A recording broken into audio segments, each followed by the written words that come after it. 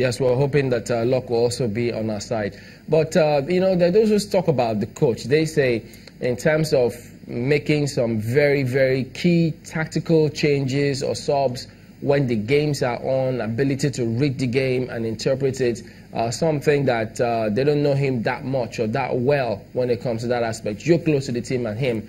What can you tell us about that aspect of his game or coaching? I think that's the strongest. I think that's the strongest point. That's the strongest point. It's not just Coach Ganotro. It's the technical crew as a team. Coach Ganotro works with Coach Salisu Yusuf, Coach Imama Amapakabo, works with the video analyst Nabil, works with the fitness coaches. It's a team, and I think that's the strongest point of this team. They are able to turn things around, and you've seen it during the friendly games. Against England, we were down, dead and buried in the first half. There was a turnaround in the second. The same against the Czech Republic. So he is able to produce those changes that turn things around for the team. And we also saw it during the qualifiers. We were in a very tough group during the qualifiers. Everybody felt we had no chance in a group with Cameroon, Algeria, and Zambia. And every game had a different approach. Every game had a different strategy, and it worked perfectly well.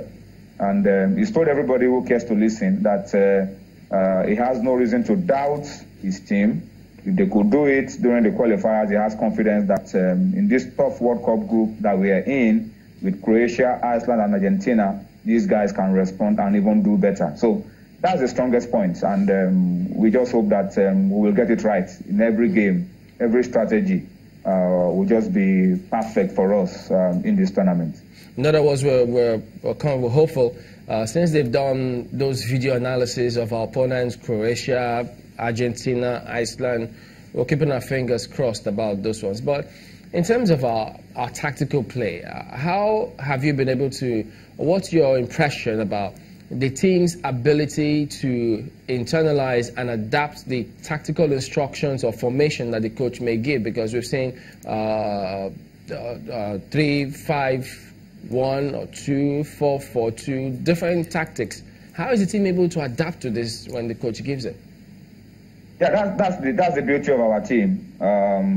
We have a traditional way we play, the way we play during the qualifiers. But when you are coming into the tournament like the World Cup, you are going to be meeting teams with different styles, different approach, teams that play direct football, teams that play a lot of area balls, long hauls. And so you have to be able to adapt. And that's one of the beauties of Coach Ganotro and this team. We are able to play a lot of formations. During a game, we can switch depending on whatever the opponent is offering, and that's a plus. So we go into the games against, first of all, the game against Croatia on Saturday, of course, to see what they will offer.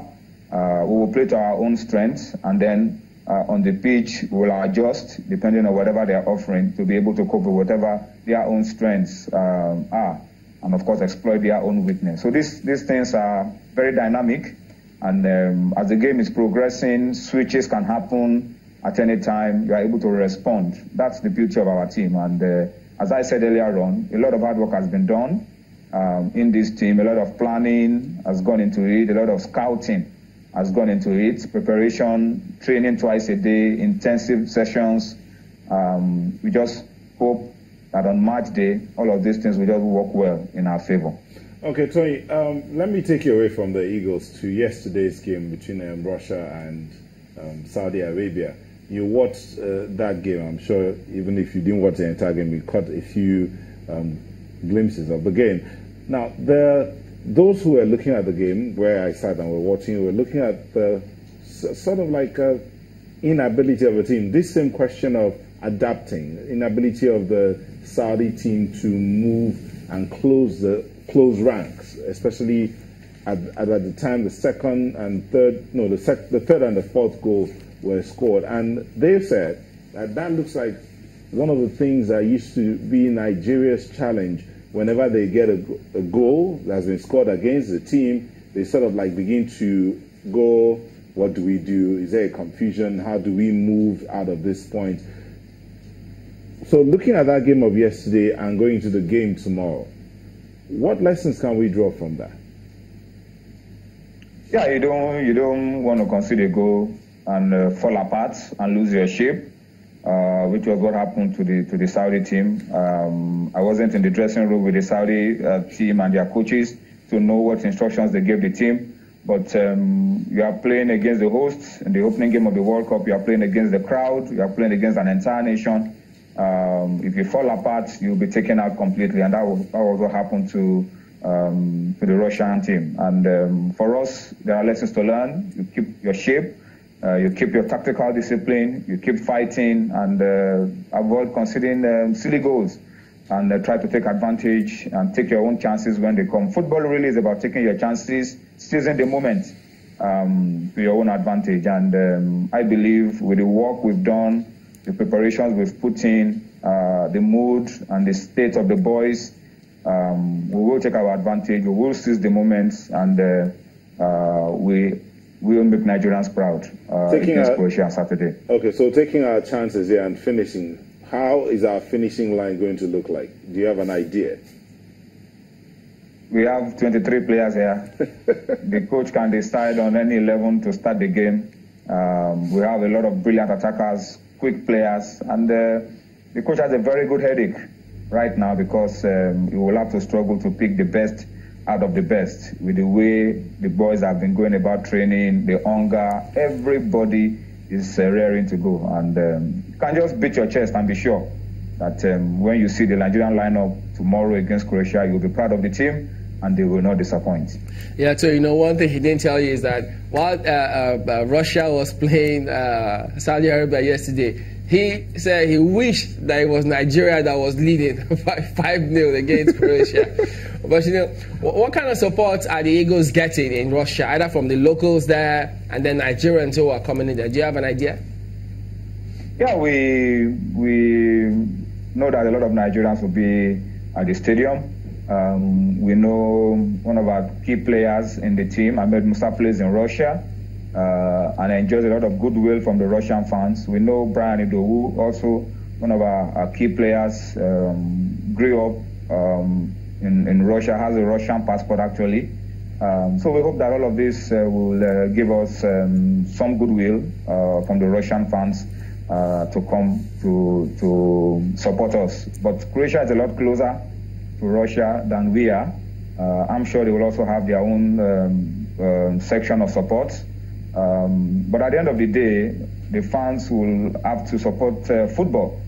You play and you win the fans over with your football, and I believe our team will do that. Play to win over the fans. We've won a lot of accolades already with our jerseys, right from the World Cup draw to the jerseys, to our arrival and all of that. Now it's time for us to move it to the pitch. These boys will do it, and the Nigerians will be proud of them. Well, that's a very, very good one indeed. But what about the players and the families? Are they allowed to visit them? Who is allowed to come? Who is not allowed to come? Yeah, your family members are allowed to come. Once in a while, we have a family day. The coach allows the players to go meet their families, their wives, their kids can come around, because the easiest thing to distract anyone when you are out on an assignment that takes a long while is the family. You always want to be in touch. You want to find out the state of the kids and everything at home. So once they are around and you are able to see them, you are settled. And that's what Coach Ganatro wants for the team. He wants us to be settled. And so he has allowed those who can bring their families and friends to do so that once in a while, maybe after a game, we have a day off, you meet your family, you meet your kids, and then get back to focus immediately for the next game. Okay, well, one more thing. The keepers, are they having a lot of psychological talk, messages coming through to them? What kind of mental shape would you say that they are in? The goalkeepers are part of our team. They are getting the same treatment that everybody is getting. They are training hard. They're working hard. They are improving every day. They are ready mentally, physically, like all the other players. We don't have crisis in that department. It's just like any other department of the team, and that is well covered. The goalkeepers are in excellent shape, and that department is well covered. I'm sure any of the three goalkeepers picked by Coach Ganatro to start the game against Croatia on Saturday knows is carrying the hopes and the aspirations of Africa, of over 150 million Nigerians, and surely we'll be able to shoulder it and not disappoint. Well, yes, indeed, and you can let the players know that Nigerians are all behind them. We will be cheering, rooting, wherever we are for the Super Eagles. And good to hear that the team is in good shape, in good spirits, and all is going well. Thank you for talking to us today, Toyin Ibitoye. Thank you for the opportunity, Chamberlain. All right, then. So there you go. Good to see they are in good shape, good spirits. It's good to know, and we're expecting a good match.